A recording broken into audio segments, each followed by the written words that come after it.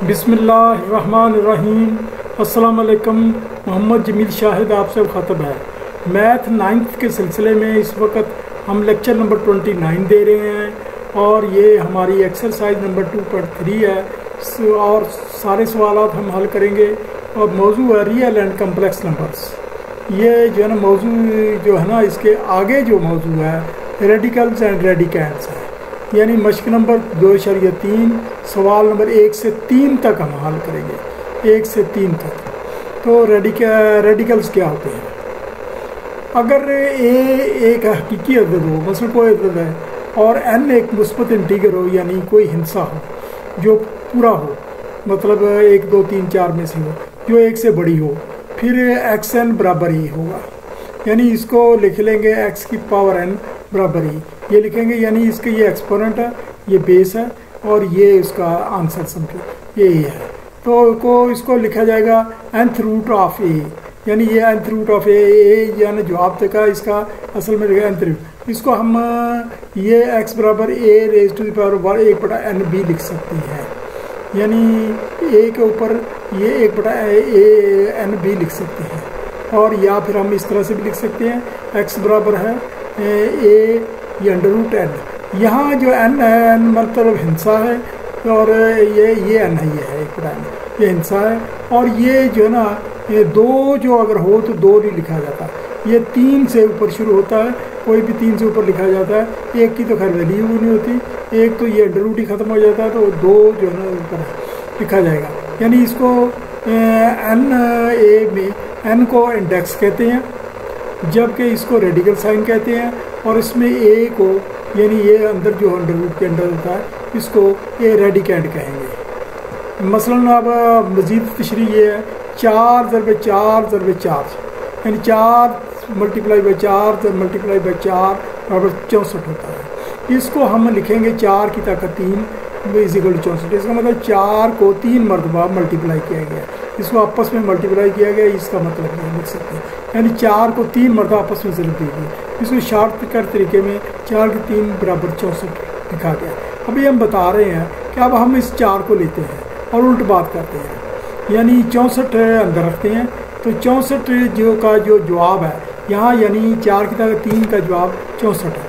तो 64 जो जवाब है उसको हम अंदर रेडिकेंड रखते हैं, और ये 3 मतलब ये रखते हैं, और ये 4, यानी इसका एक टुकड़ा जो 3 टुकड़ों में से एक टुकड़ा जो मैं मल्टीप्लाई का एक टुकड़ा 4 है, ये हमें जवाब मिला मल्टीप्लाई का। ये यानी यहाँ हमें 3 का पता लगेगा कि 3 टुकड़े लेने हैं और मल्टीप्लाई करना है, और उसका एक टुकड़ा 4 है। इसका मतलब है 64 के 3 ज़रबी टुकड़े, जिससे 64 बन जाएगा, 64 बन जाएगा। इसमें 4 नुमाइंदा होता है, 4 नुमाइंदा होता है, यानी 4 जवाब नहीं निकला नुमाइंदा। ये 3 को ये जो है ना ये इस तरह √3 रेडिकल टर्म के ऊपर लिखा जाता है। हम इसे ऐसे भी लिख सकते हैं 4 3 64 1/3 और ये एक ही बात है। ये आगे आएगा, आपको समझ आ जाएगी। इसी तरह से ये 4 × 4 16 होता है, और 4 की ताकत 2 भी 16 होता है, भी एक मिसाल है। इसमें अगर हम ये लिखें 16 यहाँ 2 बराबर 4, तो ये 16 की ताकत 1/2, ये भी मिसाल है। लेकिन ये आपको बता दें कि ये 2 लिखने का रिवाज नहीं है मैथ में, तो लेकिन यानी 64 √ और ये लिखने का रिवाज है, यही रिवाज है, यानी इसको इसी तरह सादा लिखते हैं, क्योंकि 2 से कम रेडिकल नहीं होता। अब ये यहाँ एक तो समझाया गया है 64 3, ये जो है ना बराबर 4, यानी = 3 64 बराबर 4, ये ऐसा लिखना गलत है। वो मेरा असल कहने का मतलब ये था कि ये 64 के ऊपर 3 इस जगह लिखना है। ये ऐसे लिखेगा तो वो ये इसका मतलब सारी रकम के साथ मल्टीप्लाई हो रहा है, उसका मतलब कुछ और हो जाएगा। इसी वजह से ये मैंने लिखकर ये काट दिया है।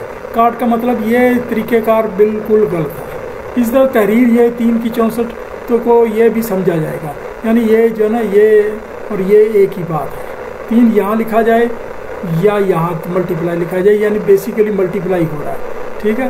तो ये भी ये ना ये एक ही बात है। 3 की 64 यानी ये 8 का √ है, 8 × 3 24, ये बन जाएगा। यहाँ रेडिकल की 2 इकसाम है। ये इस तरीके से लिखने को एक्सपोनेंशियल फॉर्म कहते हैं। इस तरीके से लिखने को एक्सपोनेंशियल फॉर्म कहते हैं। इसको इस तरीके से लिखने को रेडिकल फॉर्म कहते हैं। ये जवाब इन दोनों का 4 है, लेकिन ये रेडिकल फॉर्म है, इसके दोनों एक मतलब है। किसी फ्रैक्शन में ये आगे थोड़ा सा, किसी फ्रैक्शन में जब डिनोमिनेटर की रकम, डिनोमिनेटर का मतलब फ्रैक्शन में नीचे वाली रकम को डिनोमिनेटर कहते हैं, ऊपर वाली को न्यूमरेटर कहते हैं। वो उर्दू में उसको शुमार कनिंदा कहते हैं, नीचे वाले को सॉरी ऊपर वाले को नसबनमा कहते हैं, नीचे वाले को शुमार कनिंदा कहते हैं। तो ये डिनोमिनेटर मतलब नीचे वाली वो फ्रैक्शन में रकम को ऊपर ले जाते हैं, उसका एक्सपोनेंट मनफी हो जाता है। मसलन ये 1/3 है, इसको अगर 3 को ऊपर ले जाए तो ये मनफी हो जाता है। ये आगे हम ये एक असूल बता रहे हैं जिस पर हम सवाल हल करें। इस तरह 4 की ताकत 0 हो तो उसका मतलब 1 होता है। बी या कोई अदद इसका एक्सपोनेंट 0 होगा, जवाब 1 ही होगा, चाहे 4 की ताकत 0 हो चाहे 6 की ताकत 0 हो। ये समझाया गया। 4 4 ये जब ऊपर जाएगा तो ये वो 1 है, 4 की ताकत 1, और ये जाएगा -1, तो ये बेस पर ताकतें जमा हो जाती हैं। तो ताकतें ये 0 होगी तो 4 की ताकत 0 बराबर 1। अब हम कुछ सवाल करते हैं तो ये अब आपको समझ जाएंगे। उसी एक्सरसाइज 2.3 के दर्जेदार सवाल की नोटेशन तब्दील करें, हल नहीं करें। सवाल की रकम जवाब में दी गई है। इन नोटेशन का मतलब है कि ये फॉर्म चेंज है, रेडिकल से एक्सपोनेंशियल, एक्सपोनेंशियल से रेडिकल में तब्दील करें। ये है वो, इसको हम पढ़ेंगे वो जो है ना रेडिकल, तो यानी 64 रेडिकेंड है, 3 है रेडिकल का है, तो रेडिकल फॉर्म है। तो ये आ जाएगा जी, ये -64, ये इसको हम लिखेंगे बेसिकली 1/3। या वो जानना मतलूब है कि ये फॉर्म कैसे चेंज हो जाती है। इसी तरह से ये है 25 की ताकत 3/5, 3/5, 3 मतलब ये वो हो रहा क्यूब बन रहा है, और इसमें आगे 3 तरफ 1/5 है। 1/5 ये एक्सपोनेंशियल फॉर्म है या ये फॉर्म है, 1/5 हो जाएगा। तो ये बेसिकली इसको इस तरह से भी लिखा जाएगा। इस तरह से -7 की 1/3 को ये इस तरह से भी लिखा जाएगा। ये आपके सामने है, ये एक्सपोनेंशियल फॉर्म है। इस तरह से ये एक्सपोनेंशियल फॉर्म लिखी गई है, इसको रेडिकन में ऐसे लिखा जाएगा। अच्छा, अब आगे कुछ सवाल आता है। बताएं कि द स्टेटमेंट दुरुस्त है, ये गलत है। सवालात की रकम जवाब में दी गई है, यानी ये 2 बार नहीं लिखी गई। ये 5 की ताकत 1/5 है, तो इसका मतलब ये 5 अंडर-रूट, ये गलत बात है। 5 अंडर-रूट नहीं है, यहाँ भी 5 आना था, ठीक है, फिर ठीक होना था, वरना गलत है। ये 2 की ताकत 2/3, तो इसका मतलब 4 3, तो 4 की 3 का मतलब ये 2 जो है ना, 2 का ये 2 स्केयर है, तो ये 4 कर दिया। तो ये वो 1/3 को यहाँ लिख दिया, ये बात प्रूव हो गई। यानी 2 का मतलब 2/3, 2/3 का मतलब ये है कि यहाँ 4 अंडर-रूट है, यानी 2 का स्केयर तो 4 3। ये आगे हम सवालात करेंगे, आपको इजीली समझ आ जाएगा, मैं समझा दूंगा इंशाल्लाह ताला। 7 अंडर-रूट बराबर है 49 अंडर-रूट, ये फॉल्स है, यानी ये इसके बराबर नहीं हो सकता, क्योंकि ये अंडर-रूट ये एक्चुअल पूरा 7 होगा। 7 अंडर-रूट का मतलब पूरा 7 होता है। x³ बराबर है x की 27/3, ये भी फॉल्स है। x की 27 यानी फॉर्म जो है ना, ये आ जानी है ये बटा ये वाले लिखकर 27/3 आ जानी है, x की 9 हो जानी है। तो ये x की 3 है, ये इसके बराबर नहीं है। आगे कुछ सवालात हैं दिए गए, अब हम दर्जेदार रेडिकल्स को हल करें। सवालात की रकम जवाब में दी गई है, यानी रकम जवाब में दी गई है, ये है, इसको हल करें। अब ये देखिए -125 है, तो -125 का यहाँ 3 है, तो आपने ये देखना है कि 125 किसका फ्रैक्शन है, सॉरी इसका हल क्या है, ये इसके लिए। तो यहाँ 3 है, तो इसका मतलब इसकी ताकत भी 3 होगी। तो आप इस तरीके से तो आप मालूम नहीं कर सकते, आपके पास साइंटिफिक कैलकुलेटर होना चाहिए, उससे मालूम कर लेंगे। तो इस तरीके से तो आप सवाल को रकम को हल करेंगे, लेकिन साइंटिफिक कैलकुलेटर होना ज़रूरी है। तो ये किसी वक्त मैं साइंटिफिक कैलकुलेटर की ये जब 9th की क्लास की मशक ये अलजबरा ख़त्म हो जाए तो वो मैं आपको कैलकुलेटर का फंक्शन का तरीका समझाऊंगा, उसमें आपको पता चलेगा कि कैलकुलेटर को किस तरीके से इस्तेमाल करना है। अच्छा, ये है -5 को अगर 3 मरतबा मल्टीप्लाई करें, -5 ज़रब -5 ज़रब -5, पहले तो 2 मरतबा मल्टीप्लाई से 25 हो जाएगा प्लस, और फिर दोबारा मल्टीप्लाई करेंगे, फिर मनफी 125 हो जाएगा। यानी मनफी मल्टीप्लाई बाई मनफी बराबर होता है प्लस, प्लस पे मनफी फिर मनफी, तो ये जो है ना 3 मरतबा मनफी, तो यहाँ से आ जाएगा क्यूब। तो ये 3 का मतलब, ये यहाँ का मतलब ये है कि ये 1/3, और ये आ गया जवाब। इसमें 3 से कट जाएगा, इसको हल करना, 3 से कट जाएगा, तो ये आ गया -5। ये मैंने समझाया कि 3 ऐसे तरह से 3 से कट जाएगा। अच्छा, दूसरा ये 4 वो यहाँ है, वो उसकी फॉर्म है, और ये वो 32 है।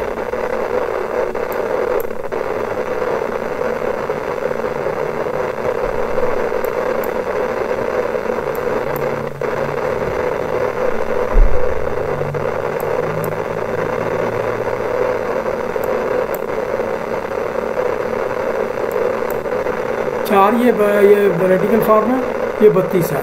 तो 32 का अगर आप देखें तो ये 2 ज़रब 2 ज़रब 2 ज़रब 2 को मल्टीप्लाई करें तो 2 की ताकत 5वें दर्जे में जाकर 2 की ताकत 5, ये 32 बन जाता है। यानी 5 मरतबा 2 मल्टीप्लाई होगा।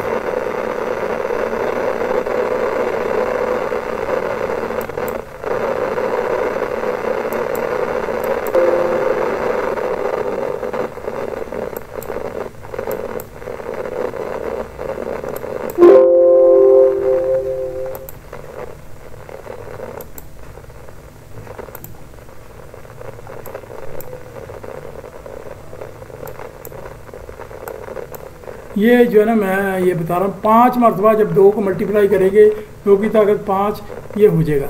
यहाँ 1/4 है, यानी वो जो है ना ये एक्सपोनेंट फॉर्म समझो वो दूसरी है, तो ये 2 की ताकत 4 कर लें।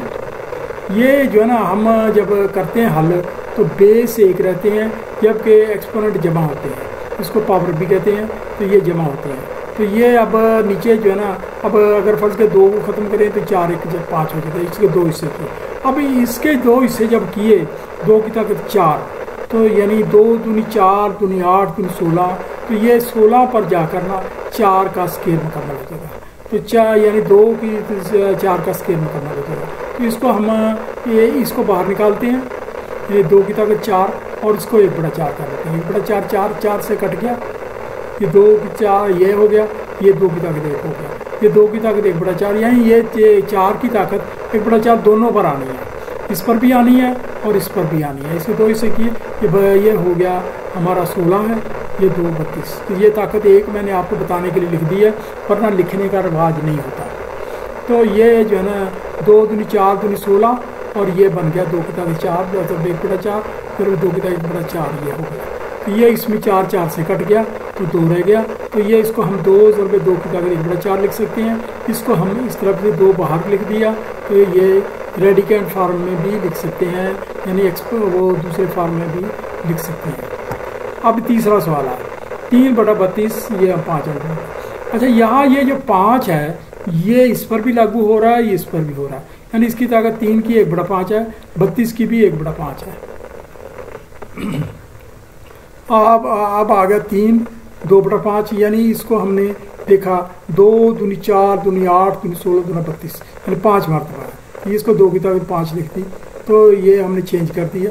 तो ये 3 की ताकत ऐसे लिया, अंदर जो है ना हम अपना अलग चेंज है। अब जब हम ये ब्रैकेट खोलेंगे तो 3 की ताकत 1/5 हो जाएगी, और 2 की ताकत 5 तो अपनी जगह पर रही, ज़रबे 1/5 और होगी। ये 5 से कट गया, तो 5 से कट गया तो ये 2 रह गया, तो ये आ गया। ये इसको वापस कर लिया इसी फॉर्म में, तो वो 3√, और ये 5 ये जो है ना उसका एक्सपोनेंट का है। अगला है तीसरा है वो -8/27, ये 3, तो ये 8 किसका 2 दूनी 4 दूनी 8, 3 मरतबा है, और 3 3 9, तो ये 27, यानी ये आ गया -2, ये 28 का, ये मनफी इस पर लागू होना, इस पर नहीं होना, ये ऊपर वाली रकम पर लागू होता है अलामत। तो -2 3 ज़रबे 1/3, तो 3 वो ये 8 हो गया, और 1/3 यहाँ से आया, यहाँ से हमने 1/3 किया, ये 3 से कट गया, तो ये -2 रह गया।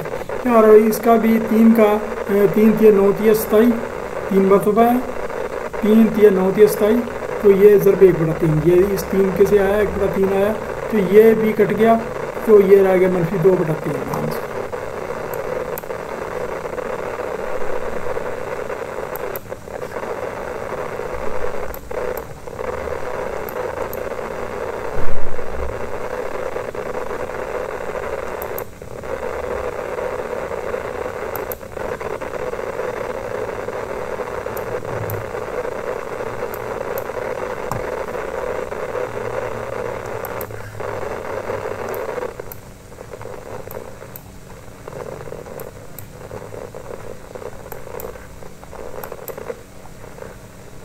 ये लेक्चर हमारा ख़त्म हुआ।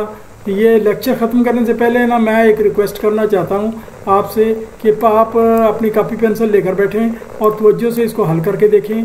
आपको प्रैक्टिस चाहिए। और साथ ही मैं कह रहा हूँ कि ये जो है ना आप सब्सक्राइब कर दिया करें लेक्चर को, और वो जो घंटी वाले बटन को उसको क्लिक कर दिया करें आइकन को, ताकि आपको जो नई वीडियो आए वो मिलती रहे। तो इस तरीके से ये जो है ना मुझे भी आसानी रहेगी, आपको भी आसानी रहेगी। किसी किस्म का कोई सवाल हो, वो ऊपर मेरा फ़ोन नंबर लिखा हुआ है, आप फ़ोन नंबर पर टेलीफोन करके आप सवाल का जवाब मांग सकते हैं। और रेफरेंस ज़रूर दें कि कौन सी एक्सरसाइज है, इसका सवाल है। Thank you very much.